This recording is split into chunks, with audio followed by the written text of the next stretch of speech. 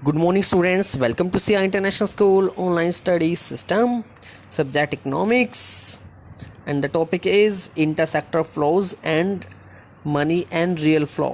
ठीक है, तो पहले हम इंटरसेक्टर फ्लो पढ़ लेते हैं, उसके बाद रियल फ्लो और मनी फ्लो पढ़ेंगे। इंटरसेक्टर का मतलब क्या है, यानी कि एक दूसरे के सेक्टर पर डिपेंड रहना। तो इंटरसेक्टर का मतलब है कि जो फ्लो होता है इनकम का वो एक दूसरे पर क्या रहता है, डिपेंड रहता है। यानी सारे सेक्टर जो हैं एक दूसरे पर डिपेंड रहते हैं। कितने सेक्टर हमने बताए थे? हाउस होल्ड सेक्टर आपका था, प्रोड्यूसिंग सेक्टर था, गवर्नमेंट सेक्टर था आपका, और रेस्ट ऑफ द वर्ल्ड। लेकिन यहाँ फ़िलहाल हम अपने देश की बात करेंगे, यानी rest of the world sector को आप 2 मिनट के लिए भूल जाइए और इंटर सेक्टर फ्लो देखिए। So each sector of the economy depend on the other sector in a way. ठीक है, तो एक सेक्टर दूसरे सेक्टर पर डिपेंड रहेगा, इसे ही हम क्या कहते हैं, इंटरसेक्टरल डिपेंडेंस कहते हैं। देखिए, number 1, the household sector depend on the producing sector for supply of goods and services needed for consumption. तो हाउस होल्ड सेक्टर किस पर डिपेंड रहता है? प्रोड्यूसिंग सेक्टर पर। जब तक producing sector goods and services का प्रोडक्शन नहीं करेगा तब तक हाउस होल्ड उनका कंजप्शन नहीं करेगा। इसका मतलब house hold sector producing sector पर डिपेंड हुआ। सेकंड देखिए, producing sector depend on the household sector for the factor of production. हम हमेशा बताते हैं बिजनेस के अंदर जो बिजनेस को रिसोर्स मिलते हैं वो कहाँ से मिलते हैं? सोसाइटी यानी कि हाउस होल्ड से मिलते हैं। यानी प्रोड्यूसर जो गुड्स एंड सर्विसेज का प्रोडक्शन करेगा वो किसकी हेल्प से करेगा?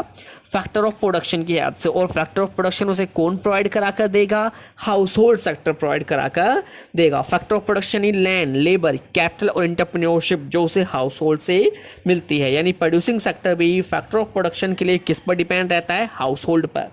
अब गवर्नमेंट देखिए, the government depend on the producer and house hold sector for its tax and non tax revenue. तो गवर्नमेंट भी पूरी तरह से अपनी सोर्स के लिए हाउस होल्ड और प्रोड्यूसिंग सेक्टर पर डिपेंड रहती है। अब देखिए, गवर्नमेंट का बेसिकली जो फिलहाल की कंडीशन आप देखो तो सारी गवर्नमेंट जो है उनके पास उनकी रेवेन्यू ख़त्म होती जा रही है, उनकी इनकम कम होती जा रही है, वो सैलरी भी नहीं कर पा रही, क्योंकि कोरोना वायरस की वजह से लोग कमा नहीं सके, और कमा नहीं सके तो गवर्नमेंट को टैक्स पे नहीं कर पाए, जिसके कारण गवर्नमेंट की जो स्थिति है, सिचुएशन है, काफ़ी ख़राब होती जा रही है। यानी गवर्नमेंट भी खुद कुछ नहीं करती, वो लोगों से और हाउस होल्ड से टैक्स वसूल करती है। ठीक है, आगे देखिए, next 4th point, producer and house hold depend on the government for the administrative services. तो गवर्नमेंट आपको या हमको या प्रोड्यूसर्स को एडमिनिस्ट्रेटिव यानी प्रशासनिक सेवाएं प्रोवाइड कराकर देती है, जिसके अंदर लॉ एंड ऑर्डर आता है, डिफेंस आपका आता है, आपकी सुरक्षा आती है, सेफ्टी आती है। ठीक है, तो इस तरह से आपने देखा जो इंटरसेक्टर फ्लो होता है, ठीक है, वो एक दूसरे सेक्टर को दूसरों पर डिपेंड करने के लिए मजबूर कर देता है। और इनके बीच 2 तरह का फ्लो होता है, एक होता है real flow in terms of goods and services, और दूसरा होता है money flow in terms of money, the actual money. तो 2 तरह के फ्लो होते हैं इनके बीच। अब देखते हैं रियल फ्लो क्या होता है।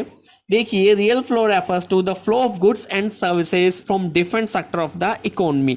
तो आपको ध्यान रखना है, रियल फ्लो यानी जहां गुड्स एंड सर्विसेज का फ्लो होता है, गुड्स एंड सर्विसेज का आदान प्रदान होता है, उसे हम रियल फ्लो कहते हैं। देखिए, रियल फ्लो में कौन सी चीजें शामिल होंगी? The flow of factor services from household sector to the producing sector. यानी हाउस होल्ड सेक्टर क्या प्रोवाइड कराता है प्रोड्यूसिंग सेक्टर को? लैंड, लेबर, कैपिटल और एंटरप्रेन्योरशिप। ठीक है, तो ये सारे गुड्स में शामिल किए जाते हैं, तो इसलिए ये रियल फ्लो होता है। फिर प्रोड्यूसिंग सेक्टर क्या प्रोवाइड कराते हैं हाउस होल्ड को? Goods and services. तो हाउस होल्ड ने फैक्टर ऑफ प्रोडक्शन प्रोवाइड करा कर दिए है प्रोड्यूसर को, और प्रोड्यूसर ने उन फैक्टर ऑफ प्रोडक्शन से गुड्स एंड सर्विसेज प्रोवाइड करा कर दिए जो हाउस होल्ड यूज करता है। तो जहां गुड्स एंड सर्विसेज का फ्लो होता है वो रियल फ्लो कहलाता है।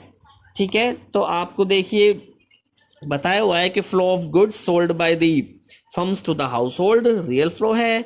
Second, flow of factor services rendered by household to the producer, ये भी आपका रियल फ्लो होता है, क्योंकि दोनों में ही the movement of goods and services हो रहा है from one sector to the another. Next देखिए, मनी फ्लो, मनी यानी इन टर्म्स ऑफ मनी, रुपए के वे में। देखिए, money flow refers to the flow of money from different sector of the economy. तो जब डिफरेंट सेक्टर के बीच money का फ्लो होता है, रुपए का आदान प्रदान होता है, तो उसे हम मनी फ्लो कहते हैं। Flow of factor payment by the producing sector to the house hold.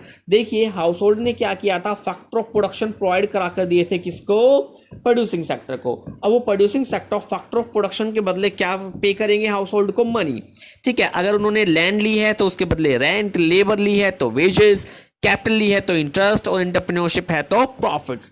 ठीक है, तो जो फैक्टर सर्विसेज है उसके बदले जो मनी पे करता है producing sector, house hold sector को, वो कौन सा फ्लो कहलाता है? Money flow. ठीक है, इसका दूसरा पार्ट देखिए, जब हम house hold goods and services use करते हैं, कौन प्रोवाइड कराता है? प्रोड्यूसर। तो उन गुड्स के बदले हमें क्या पे करता है? मनी को। मनी को किसे पे करना पड़ता है? हमें प्रोड्यूसर को। तो जो मनी हमने प्रोड्यूसर को पे की वो कौन सा फ्लो है? Money flow. ठीक है, तो ये दो तरह के फ्लो होते हैं, real flow in terms of goods and services, जहां गुड्स एंड सर्विसेज का आदान प्रदान होता है, और मनी फ्लो जहां रियल मनी, एक्चुअल मनी का आदान प्रदान होता है। ठीक है, प्रोड्यूसिंग सेक्टर कहां से लेते हैं? Factor of production, house hold से, लैंड लेबर कैपिटल, और लैंड लेबर कैपिटल इन सब के बदले प्रोड्यूसर क्या पे करता है? मनी पे करता है। ठीक है, इसी तरह हाउस होल्ड क्या करते हैं? गुड्स एंड सर्विसेज लेते हैं किससे? प्रोड्यूसर से, और उसके बदले क्या पे करते हैं? वो मनी। तो गुड्स एंड सर्विसेज का फ्लो रियल फ्लो था, और जहां मनी का रूप आ गया बीच में, वो कौन सा फ्लो जाएगा? आपका money flow. Thank you very much, stay home, stay safe.